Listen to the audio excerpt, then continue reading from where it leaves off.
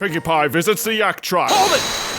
You know, I've been kind of dreading this episode, seeing the synopsis that the Yaks were gonna return. I, like many people, did not like them. I despised them and party pooped. A bunch of one-note jackasses who just wanted to smash everything, completely unlikable and unsympathetic in every possible way. So, you can imagine my trepidation with not asking for trouble. Have my feelings changed on the Yaks? Actually, yes. Because it turns out Prince Rutherford is a complete inept dumbass of a leader who could lead a gang of monkeys to a banana raffle. It's his fault he's corrupted his tribe to becoming a bunch of lemmings, becoming one-minded brainless oafs throwing around this macho attitude. One of the worst characters the show has ever produced.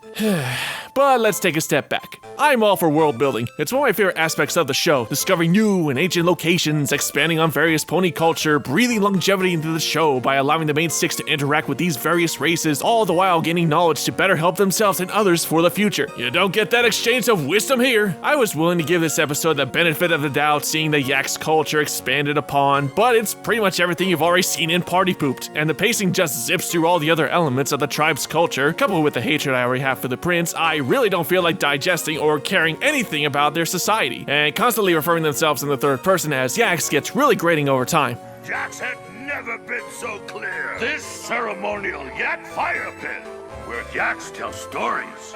What was Yak? Yak's stomach rumbles. Yak hungry.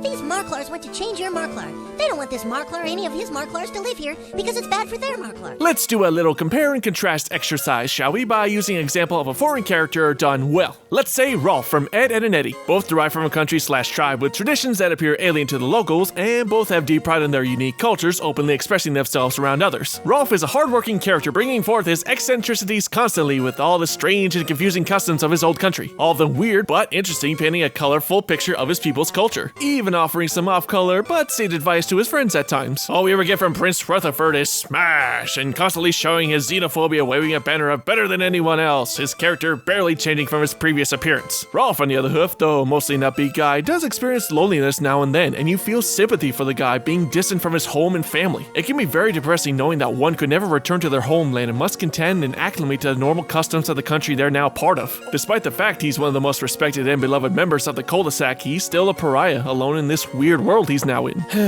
And now to finish off a piece on the prince. I cannot stress enough how much of an asshole he is, willing to let his entire tribe die of starvation and or freezing just so he doesn't lose any of his macho-ness in front of his tribe. Not gonna live when you don't have others to help operate in a society, idiot. And if they're this stupid to realize their festival is what's been causing this annual avalanche after all these years, then they deserve their fate. Pinkie was a mixed bag for me here. She's her usual level of randomness, yet most of the humor from her this episode fell flat. The balloon bits were just killed to death. Yet I do like how she's taking the whole festival and wanting to help seriously, tolerating and accepting the Yak's eccentricities, but more so making logical decisions to help them. And I do like it when they make Pinkie, the most honest one of the main six, the voice of reason, showing intelligence beneath all of that floof. And then there's that bizarre story Rutherford tells of the event that made him the hardened, steadfast Yak he is today. When Prince was little Yak, Prince stomped on ground too hard, made deep hole and fell into hole.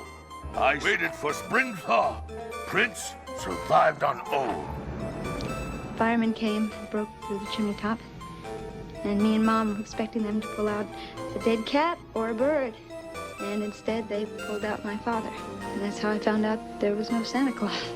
Besides being such a jarring tonal shift, it's never followed up on, despite the fact it's clearly implied he's lying or stretching the truth, so in the end, that whole scene accomplished nothing except waste our time, kind of like this episode. As for the moral itself, it is actually a good one. It can be difficult to ask others for help if you have low self-esteem to approach others, or too much pride putting yourself on a pedestal, which is something many content creators can relate to. However, the execution of the moral is ruined by the prince and the Yak's brutish nature. Yes, in the end, he accepted the main six's help. However, the avalanche problem was never rectified directly, so this whole helping of the village was pointless because the Yaks never realized that they were the cause of the problem and will continue this festival just accepting this problem as a norm instead of solving it. So yeah, this is definitely the weakest episode of the season so far. Boring, frustrating, and other than the moral itself and some of Pinkie's mannerisms, this one's completely forgettable. Well, that's it for today, guys. Until next time, MC out!